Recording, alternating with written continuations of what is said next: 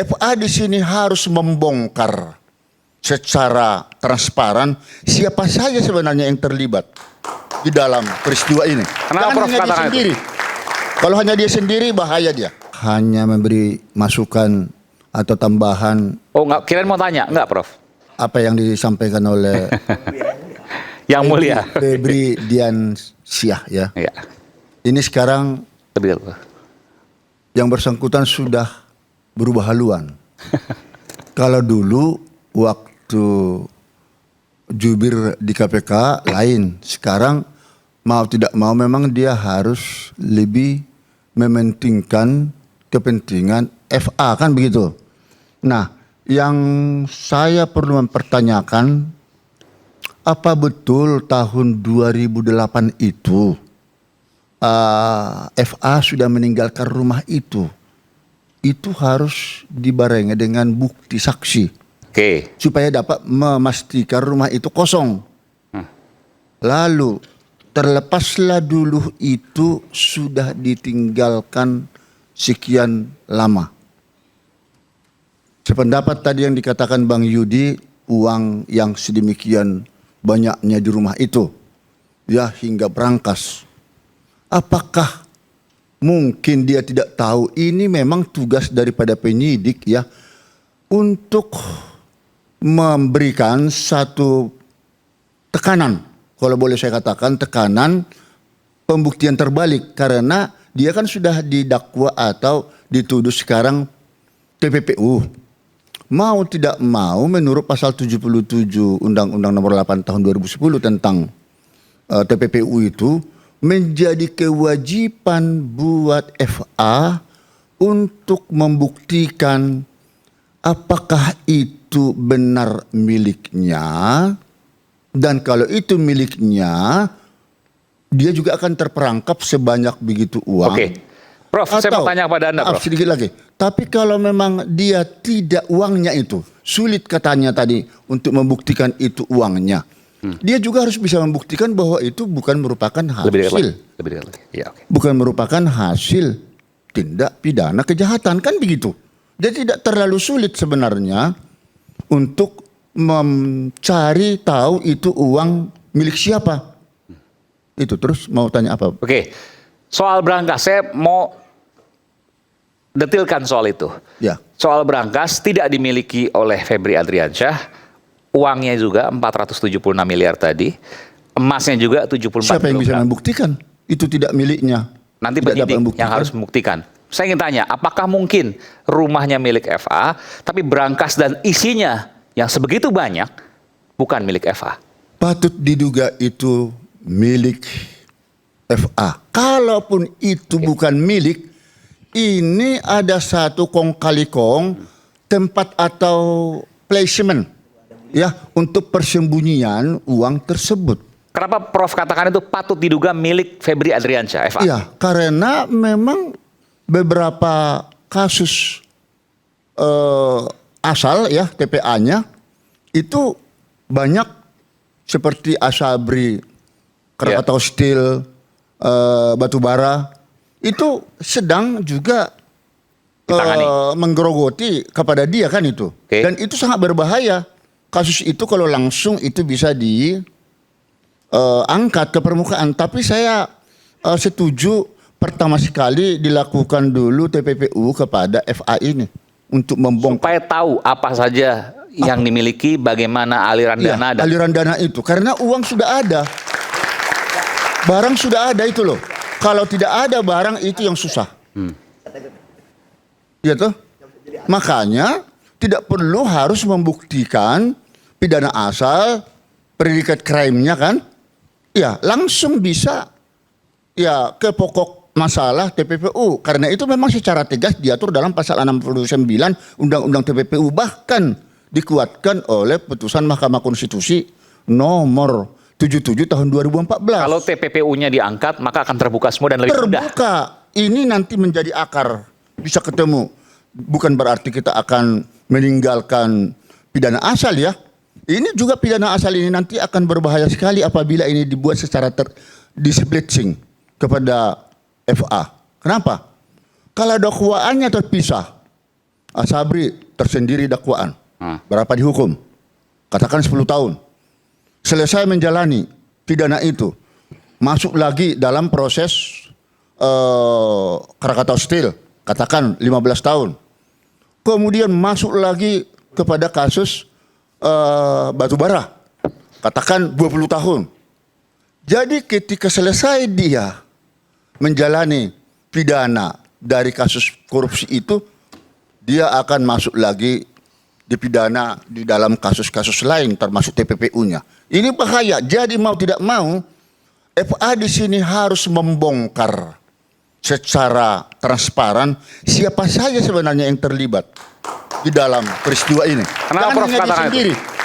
Kalau hanya dia sendiri bahaya dia. Jadi di sini ada delnaming atau media player ya, yaitu penyertaan dan turut serta pasti ada di sini. Enggak, kenapa Prof katakan harus membongkar? Karena Prof meyakini Dia harus membongkar. bahwa akan ada banyak bukan yang hanya terjerat. dia sendiri. Pasti bukan dia sendiri, betul. Bukan hanya dia sendiri. Saya Dan- nggak memastikan harus pasti dia sendiri, tidak Iya. sendiri dia. Dan yang sekarang ditetapkan tersangka itu masih terlalu sedikit menurut Anda? Karena akan lebih masih banyak. terlalu sedikit. Dan Ada banyak nama-nama besar yang mungkin juga akan terlibat. nah itu dia. Dan pasal 20 ya, Kitab Undang-Undang Hukum Pidana nomor 1 tahun 2023 harus diterapkan di sini, penyertaan atau turut serta. Kalau dia sendiri nanti yang melaksanakan atau yang melakukan tindak pidana korupsi ini hampir sama dengan Jarod Frikar kan? Dia sendiri. Apakah itu uangnya dia sendiri? Bukan. Nah ini yang berbahaya saya lihat nanti. Memang hukuman Jarod mungkin tidak terlalu tinggi ya.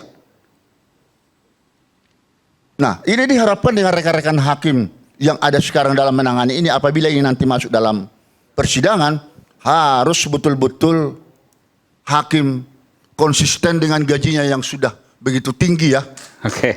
Ya 90% loh dinaikkan oleh Presiden Prabowo. Udah pensiun duluan sih, Bermain mata Prof. lagi di sini, hakim. Oke, baik, kita berikan tangan untuk Terima kasih. Prof Binsar. Silakan, Prof Iksan. Kalau saya ngelihatnya money follow the transaction. Uang itu ngikutin transaksi, mana larinya. Pertanyaannya menarik, kalau transaksinya jatuhnya ke Sentul dengan emas, itu beyond the transaction-nya apa? Itu yang mesti diubah. Jadi kalau prinsip money follow the transaction, kita mesti Ini bertanya. sebentar, audio monitor bisa dinaikin lagi. Biar kita tahu bahwa ada transaksi besar di balik itu. Itu yang pertama. Kalau kita bilang ada transaksi besar, maka kalau dibilang itu tidak diketahui ada brankas dan kemudian juga tidak ada diketahui isinya, untuk seorang jaksa itu problem besar karena uangnya terlampau besar. Itu problem besar karena emasnya 74 kilo. Dan kan bukan miliknya. Itu justru menjadi Anda sangat berbahaya di situ ketika Anda menyatakan itu bukan miliknya tapi ada di rumahnya. Kenapa bahayanya, Prof? Bahayanya, Anda telah membiarkan satu rumah kondisi itu menjadi sasaran bagi kalangan banyak bahwa itu ada uang besar di dalamnya. Kan Anda sedang mengundang resiko. Uang yang demikian rupa ada di situ, walaupun di brankas, dan ada emas di situ. Itu kalau kita tahu Sentul, Aiman, pada model klaster-klasternya kayak gitu, memang pengamanannya bagus gitu ya. Tapi pada saat yang sama ketika Anda masukin uang besar, maka Anda sesungguhnya sedang mengundang sesuatu di belakang itu. Nah, maka runtunannya pertama tadi selain money follow the transaction, saya akan ngejar rumah itu sebenarnya statusnya kalau tadi dibilang oleh Febri sebagai bukan tidak lagi ditempati gitu ya. Maka secara sertifikat itu punya siapa? Hak miliknya konkretnya itu punya siapa sesungguhnya. Tadi disebut oleh Yudi, kita mesti juga tanya. Tapi bukan sekedar tanya sama si penjaga. Berangkasnya bukan punya FA, isinya juga bukan punya FA, yang merupakan uang dan juga emas. Nah disitulah muncul kecurigaan-kecurigaan yang tadi sudah disebut oleh Fitro. Bagaimana Anda membiarkan satu duit sebesar itu dengan... Dan emas. Gini loh, Anda punya rumah di Sentul. Rumah di Sentul itu rumah mewah. Iya. Untuk masukin brankas dengan tinggi seperti itu, Anda ngebongkar loh. Anda ngebongkar loh. Dan tidak sembarang. Itu ngebongkar loh. Nggak masuk akal ini, Man. Sebentar gini, Anda sebut deh, Anda pakai US dollar, Ya. tapi juga ada rupiah, Anda sebut kayak gitu. Kalau jumlahnya sampai 746 miliar, itu Anda butuh brankas seperti itu 1 meter tingginya gitu. Itu Anda memang harus ngebongkar. Anda harus ngebongkar rumah, ngebobok rumah, nggak bisa sembarangan. Ingat kasus pajak yang akhirnya dia gali karena disimpenin emas segala macam itu. Ingat di kasusnya? Karena dia nggak bisa nyimpen lagi sampai dia bangun bunker kan? Oke. Itu aja kelihatan di situ. Pada perspektif itulah saya melihat begini jadinya. Oke, dia bilang itu bukan punya rumahnya, tapi dibiarkan rumahnya dibongkar sedemikian rupa. Kalau Anda mengontrakan, sebut deh begini, 2008 saya nggak tinggal lagi di situ, saya kontrakin. Untuk kemudian dibongkar masukin berangkas, si pengontrak harus minta izin sama ke pemilik, nggak bisa enggak. Mustahil dia nggak minta izin. Loh, selalu si pengontrak bilang, saya mau pasang brankas di situ untuk taruh. Anda sebagai pemilik rumah, loh, kenapa Anda pasang brankas? Anda siapa? Ini salah satunya nih. Sebesar ini, bentar kita putarkan coba ya. Oke, silakan. Sebesar ini pasti akan, ini coba bisa putarkan lagi. Akan menimbulkan pertanyaan bagaimanapun kalau Anda tampilin brankas sebesar itu. Ya, ini di dalam lemari. Nggak mungkin tiba-tiba ujuk-ujuk dibawa tanpa itu, kemudian ada renovasi. Coba lihat. Dan Coba pas. tingginya. Oke. Coba lihat tingginya. Ya lebih tinggi dari manusia kan? Ya, Artinya kan ada ngebongkar. Ada renovasi lah. Untuk merenovasi itu mesti minta izin sama pemilik rumah. Harus ada izin pemilik rumah karena ada ngebongkar di situ gitu loh. Itu pertanyaan besarnya. Jadi tidak semudah itu dipasang brankas dengan pertanyaan berikutnya menjadi, loh, kalau Anda pasang brankas kayak gitu, sebut deh sekarang bukan kayak gitu. Katakan deh si pengontraknya, bukan karena itu. Febri akan bertanya dong, Eva akan bertanya dong. Anda ngapain punya brankas di situ dan taruh segitu? Transaksi Anda apa ya sampai butuh duit tunai taruh di situ? Gua penegak hukum. Itu akan muncul pertanyaan-pertanyaan kayak gitu loh. Bagaimanapun gitu akan muncul pertanyaan-pertanyaan mungkin. Ini ngapain nih? Loh, saya jaksa, kemudian saya tahu apalagi terus jabatan berikutnya di Jakarta sebagai Kajati. Wow. itu dari situ. Dari situ sesungguhnya pertanyaan saya lebih lanjut. Oke, Anda taruh duit gede. Terus rumusnya adalah money volume transaction. Karena berikutnya nanti, ini beban berikutnya masalahnya. Yang kemudian menjadi asimetri. Tapi kemudian menjadi masalah besar bagi Febri sebagai pengacara. Aset recovery. Saya geser langsung lompat. Jadi Febri yang tadinya, ini menarik di sini problemnya. Febri yang tadinya sebagai subjek hukum, penegak hukum, terus menjadi objek. Loh, dilema besar itu. Dalam penegakan hukum ketika Anda tampil pertama kali sebagai subjek, lalu kemudian Anda menjadi objek, dan di balik objek itu Anda ditemukan di balik Anda ada hal-hal yang dalam bahasa pidananya ditemukan barang bukti gitu ya. Wow, ini subjek menjadi objek. Bagaimana ceritanya? Artinya ada problem besar. Saya ingin mengatakan kepada para pengacara di sini gitu. Ada problem besar pada penegakan hukum di Indonesia. Ada masalah besar di sini itulah yang saya sebut sebagai pergeseran dari subjek ke objek, menunjukkan ada overlapping di sisi lain antara kepolisian sama kejaksaan. Nah, terbongkarlah kasus itu.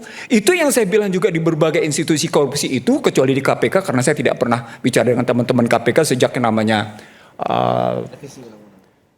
sejak namanya generasi kedua KPK, gitu ya.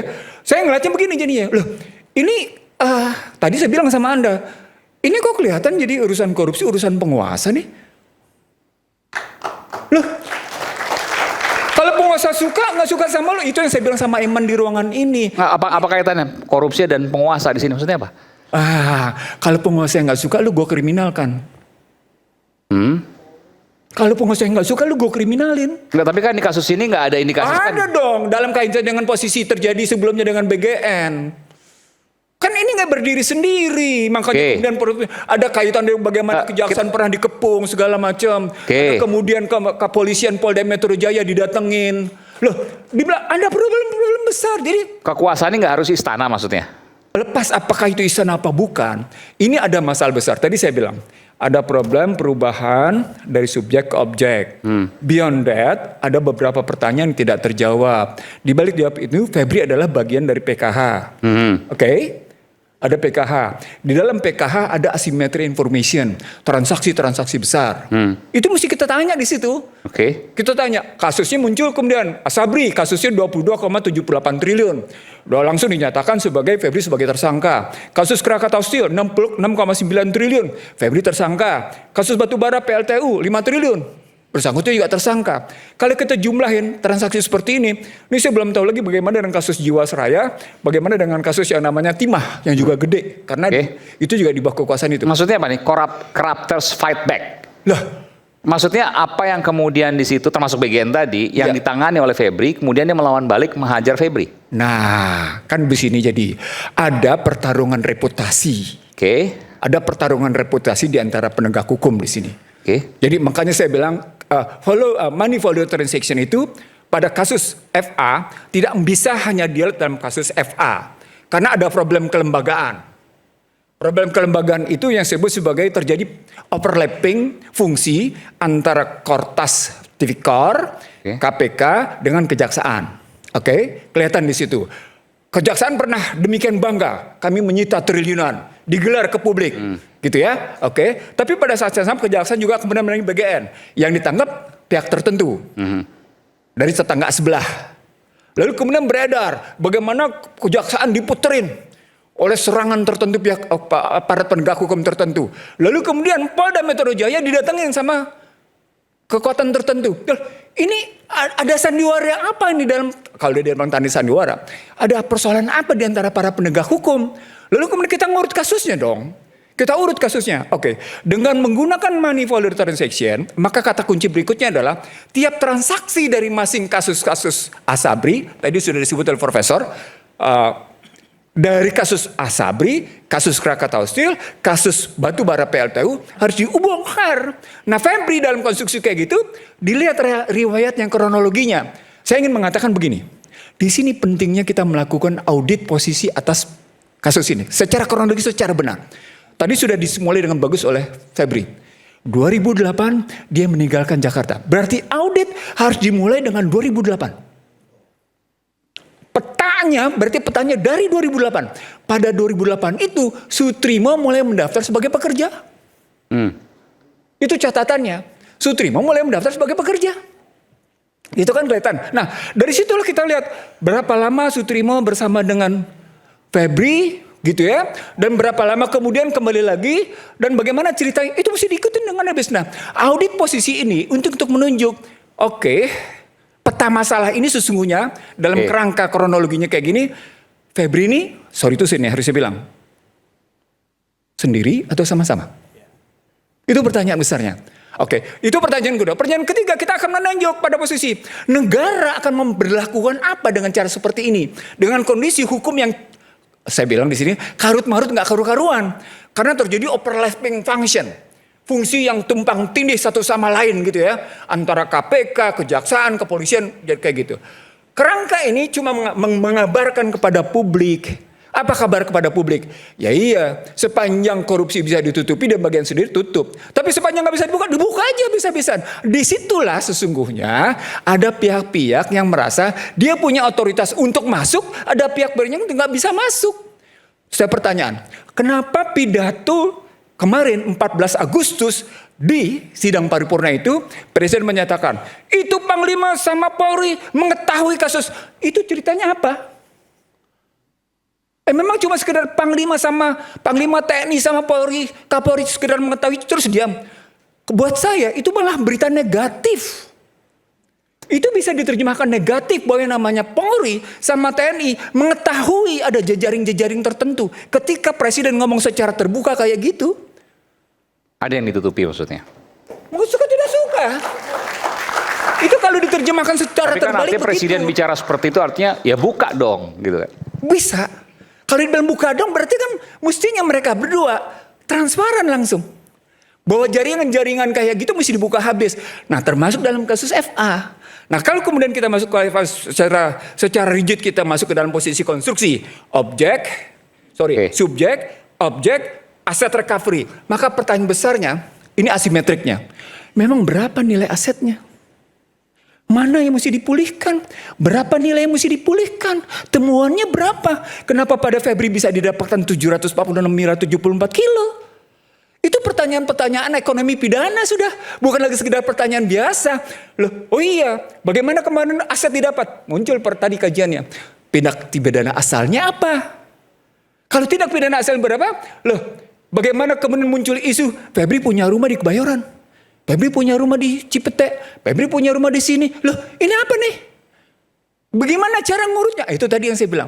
Bikin peta, audit posisi untuk kita ketahui bagaimana duduk masalahnya. Di situ butuh transparansi. Maka ketika Presiden menyatakan, Panglima TNI, Kapolri, Anda tahu bagaimana?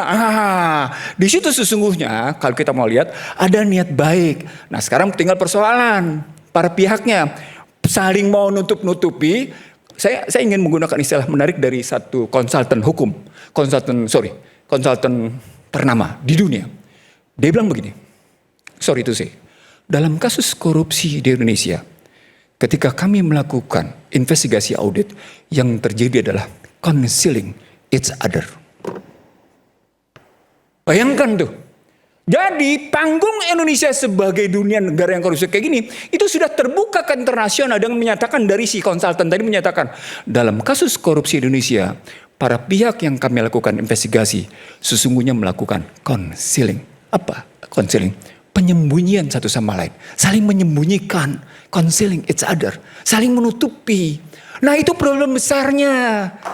Gitu ceritanya Iman. Oke. Dan ketika peta itu kemudian sudah didapat, semua aktor-aktornya akan terungkap. Menurut saya ketika, saya melihat itu begini Iman.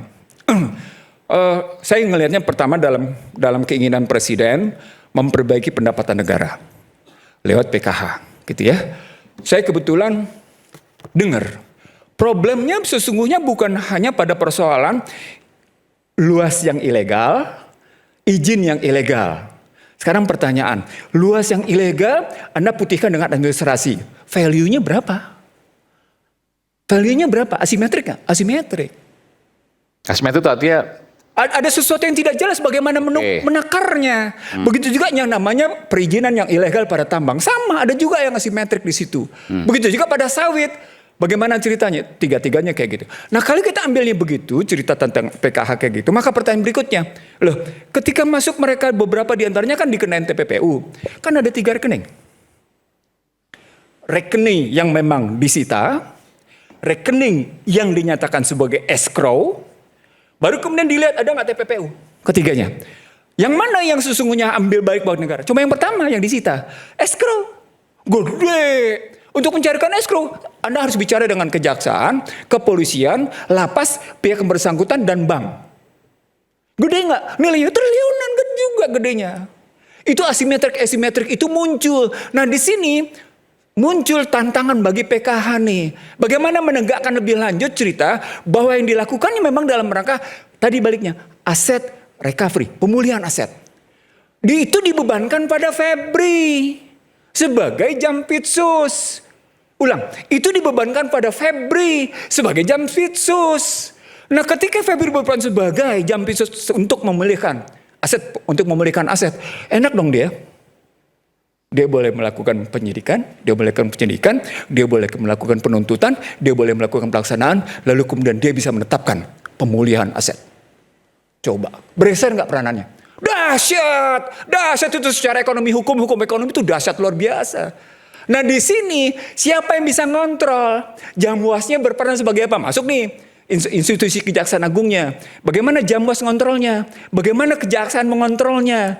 Nah, kita tidak tahu soal itu, blank soal itu. Kita tidak mengerti sampai seberapa jauh mekanisme kerja PKH, gitu ya, mengembalikan aset itu dengan tugas utama ada pada Febri. Begitu, Aiman. Oke, kita kembali nanti. Isu hangat keadaan bikin penat, apalagi kalau tidak bisa mencerna dengan cermat. Jangan lupa secangkir kopi yang hangat dan nikmat untuk menemani kebersamaan dalam program Rakyat Bersuara bersama saya Aiman Wicaksono. Kita kembali setelah jeda.